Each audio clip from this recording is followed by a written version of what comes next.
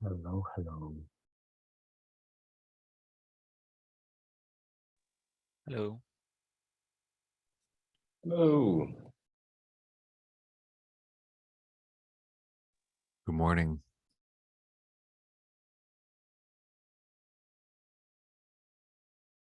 Happy New Year to everyone. Happy New Did you Year. know it's 2023? I just realized like 9 days ago.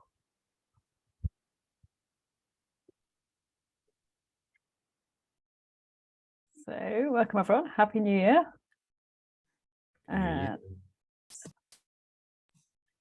Skybeck, I think I know the center piece of your background, the picture on the wall. I think I got that. I can't remember the name of the artist, but I know I've had it as a background on my phone for a long time.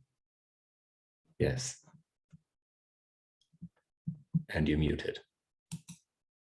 You're still muted. He's got to consult the expert.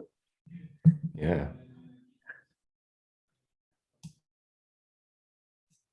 It looks very professional. It's like it has like sort of external advisors on the off side of the screen. It's like, let me ask my panel here, you know.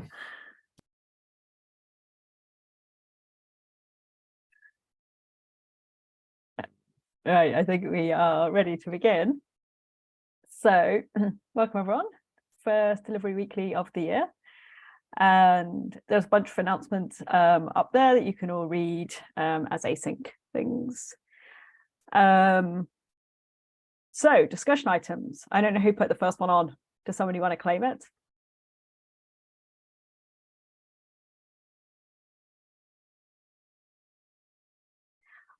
All I will add to that then. So question is around fast boot and delivery fast boot and the sort of proposed dates rapidly approaching. I don't have an update for you. I'm hoping Michele may know more when he comes back tomorrow.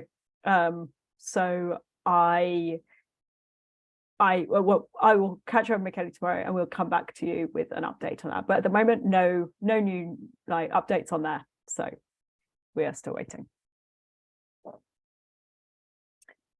Cool. So it's actually great that you're here, Fabian, because I was going to talk a little bit about the project management update. So hopefully you've all seen the discussion that Marion shared on Friday. If you haven't, please do make 30 minutes so that you can watch through that. Really interesting to see what sort of things we can expect to kind of be asked about in the future. Not a huge number of changes that came up from delivery. I wanted to just say thank you for all of you who have been keeping up on epics and labels and statuses. You know, I know it is a bit of admin work, but it is really valuable and it really helps, particularly as we now have two teams, like super valuable to be able to just have a single view of what everyone's working on and where we're up to. If you ever are wondering, so I know we have the delivery board where you can see kind of issues up to date, like in progress and what's coming up. But I know sometimes I get questions from people about projects or statuses of projects. Actually, our release velocity epic is the place you should be able to get that answer from. So if there's a project in place or it's coming up and you don't have the answers available to you there, that's a good one to go and ask the DRI and help them share that with us. One thing I did want to just mention out, so actually first, so hugely was like, thank you for updating those things. The one bit that did stand out, I've massively probably brought this forward by the fact that Fabian is on this call, but one thing that was mentioned on there that I do know that we're not super great at is on issues. So when we close issues, we don't tend to do much admin on this. Actually, one thing that really contributes to this is the fact that it's possible to close issues with MRs. So merging of an MR does tend to leave a lot of our issues in a not super updated state when we close them. So please just have a little think about this as you are closing issues. We should be updating issue descriptions. That should reflect basically what you decided to do. We don't always complete everything we originally stated, or sometimes we make decisions and end up building something totally different, which is absolutely fine. Get the issue updated so it's clear what we actually did decide to do. We very, very rarely update labels. So please do also set the workflow in for a label to be done. If it is done, that certainly helps with us keeping track of where we're up to on things.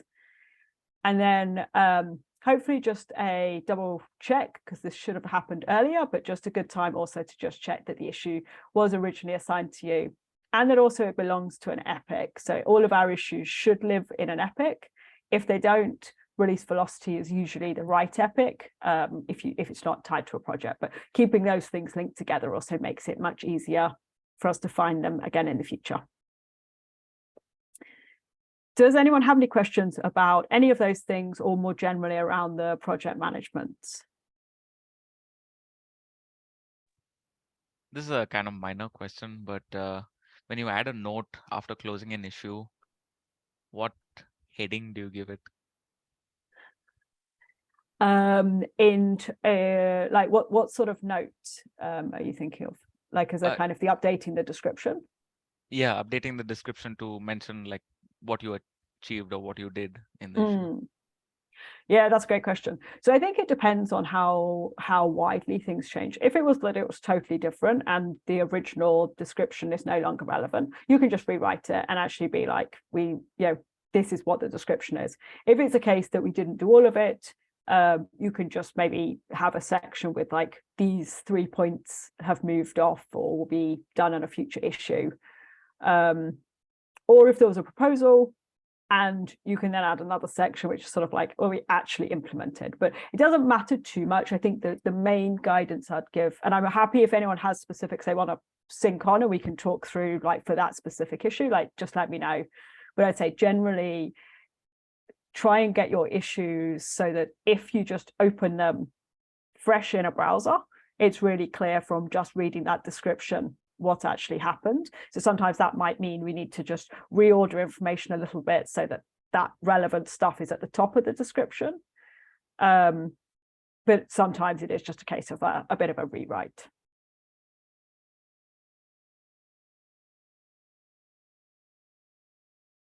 Are there any other questions?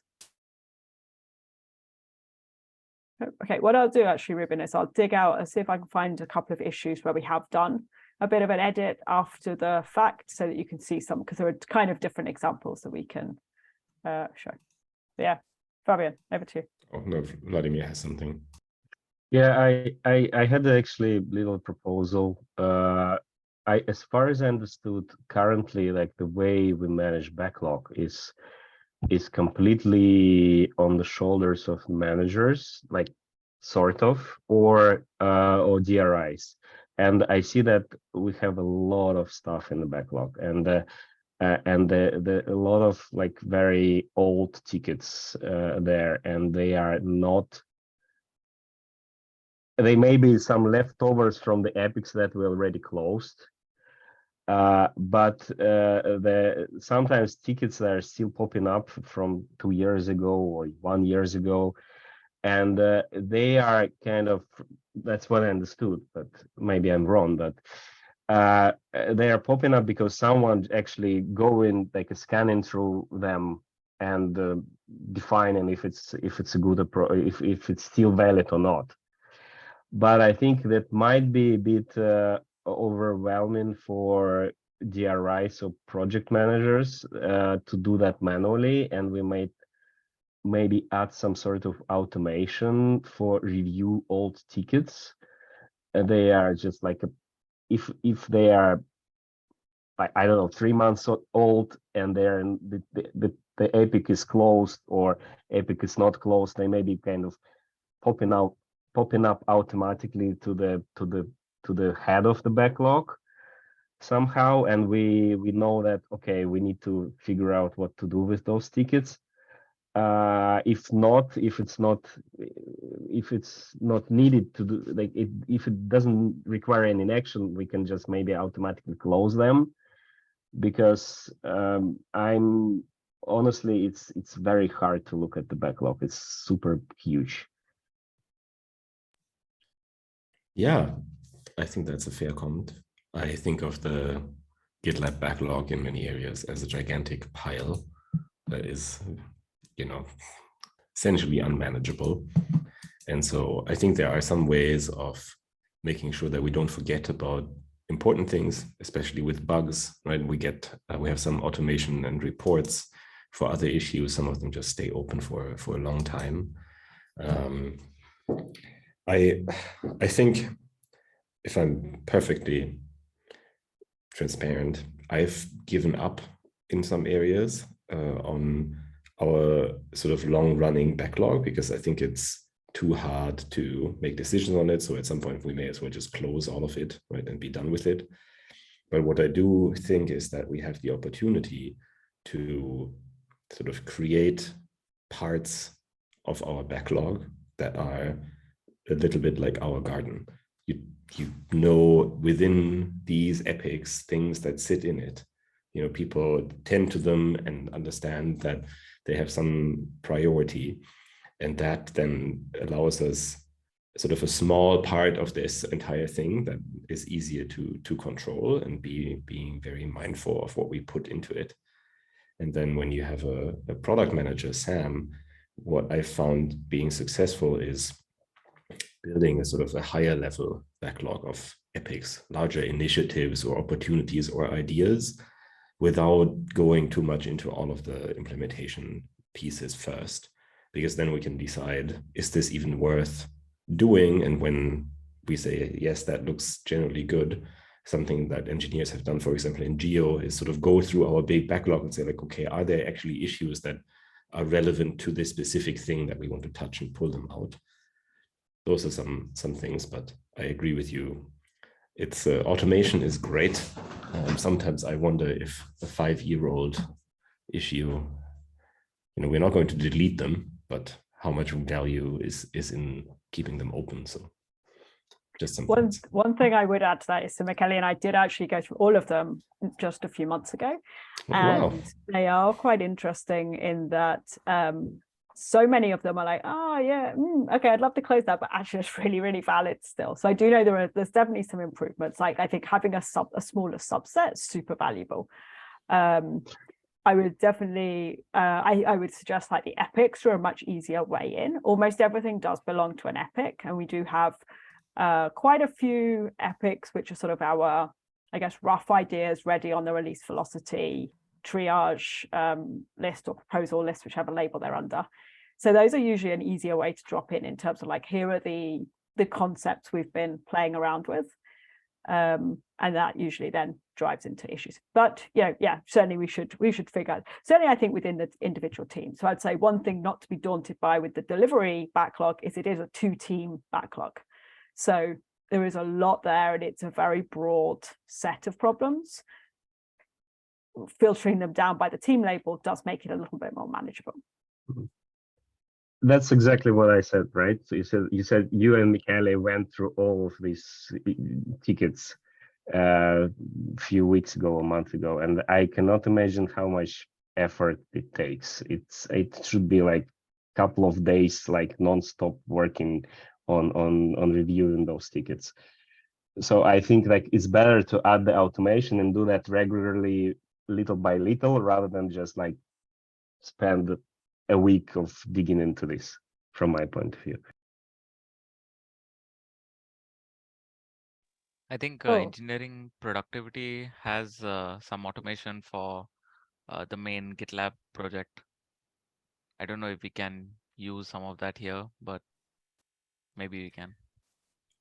I do get reports for parts of the backlogs for teams from engineering productivity, but mostly focused around bugs, because we have SLAs associated with them and MRs.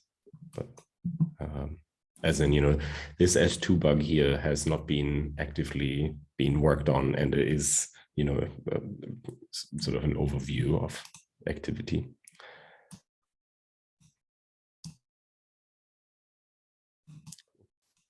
So, and your comment, Fabian? Oh yeah, so I'm not sure, have people watched me and Maren ramble on for 30 minutes yet?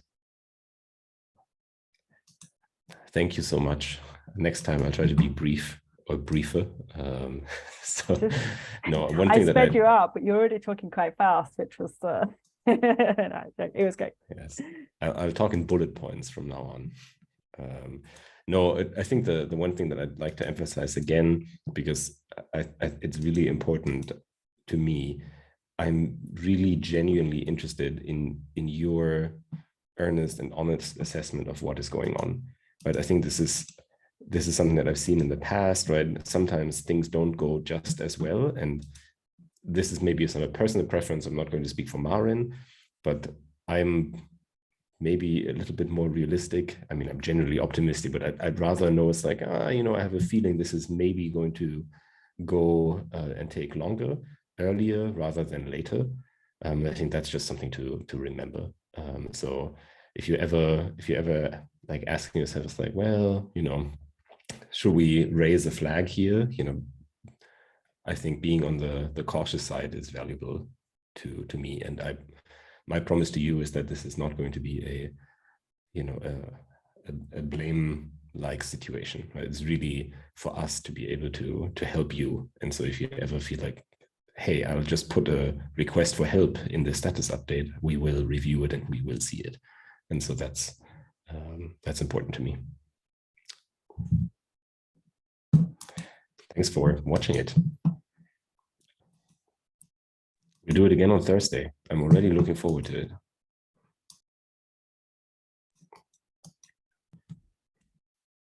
Any other questions that you have for me? Didn't sound like it. I'm always around. Cool. No, great. So deployment blockers. So this is still super rough. I'm hoping to get this wrapped up and added back into the epic, but I thought it was still interesting enough to share so we could have a look at it today. So thanks, Skarbek, fixing errors. If anyone else sees errors, please fix them. What I will do is so just as a kind of summary, so I know this isn't a full set of our data because manual data gathering is hard, but I did also want to show you like this is what we can do with this sort of data at the end. So we can start to build out some patterns. Hopefully I can share this.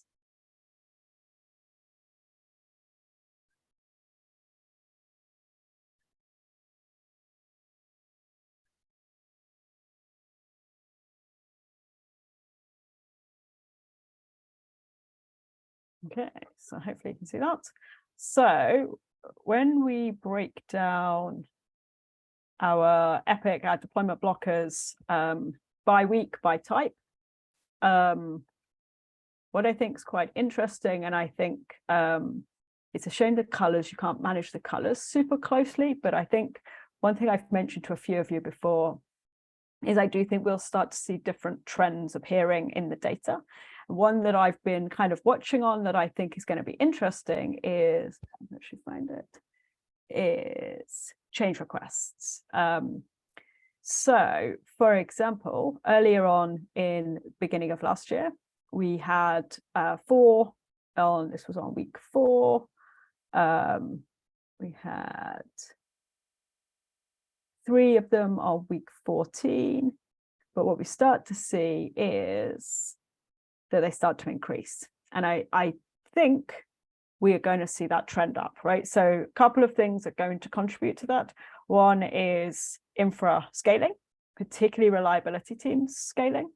The other is as reliability teams switch into more of a project focus, they are likely to be contributing more changes. So I think that's a really interesting one that we can probably assume will increase the amount of delays to our deployments, but also with it being very manual and the way we actually coordinate, like, is now a good time to run this change request or not? Do we pause things or lock environments? We can probably expect we're going to have a little bit more work coming our way as a result of those. But though this is interesting, what is actually was perhaps for me the surprising ones was when I broke it down into individual charts here. So we talk a lot about flaky tests. Actually, from the data we've gathered, flaky tests are way down compared to earlier in last year, which was surprising. But then take a look at database migrations. So those are the sort of interesting trends where we can now go back to the teams and actually share this data with them. It's not like there's any individual, person or problem that's highlighted here, but I think what we can start to see is, okay, the patterns are troubling enough that it would be worth reviewing some things going on there. So I didn't add all of them in here. There's a couple of other categories from the root cause, which I didn't bother calling out. They didn't appear frequently enough to be interesting. But as I say, they are things that we can now start to share with other teams and start to make some plans around what might this look like over the next year. So a couple of things to follow up from that. So one is, I do know it's a super manual process, so I appreciate you all putting the effort in to do that. Please do keep doing that. One thing I'm hoping we can do this year is find a better way of tracking this data, because it's super manual. Even to pull it back into this sheet with all the numbers was horribly painful. So lots of room for improvement on how we gather this data and how we can analyze it. But at the same time, I think if we do it and we make use of the root cause groupings and things like that, we actually start to see some quite interesting patterns. Any questions? Okay, awesome. So what I intend to do is finish those up and then get them shared. I'll put them back into the description of the epic where we had the blockers, so that anyone who drops in on that epic will hopefully just get the overview available there as well. And I'll go and share with relevant teams as well who might be interested.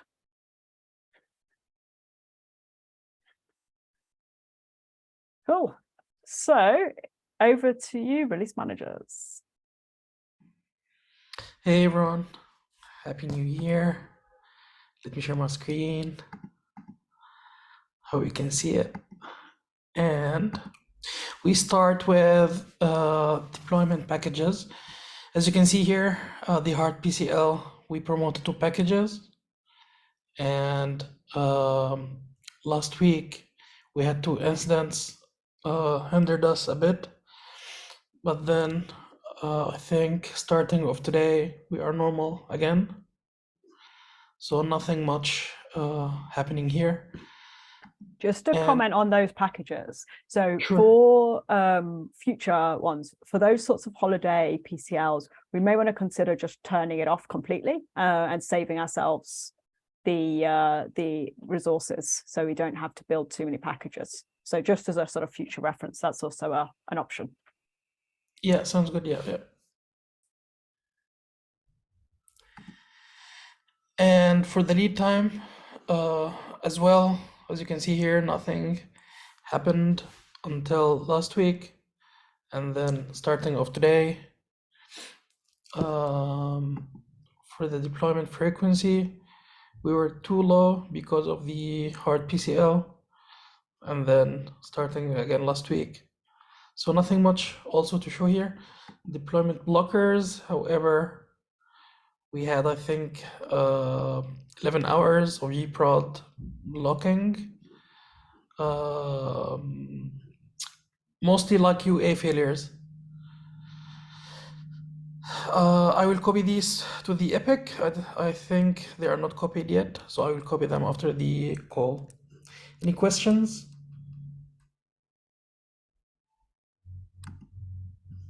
No? Nope, great. All right, is there anything else for the recording?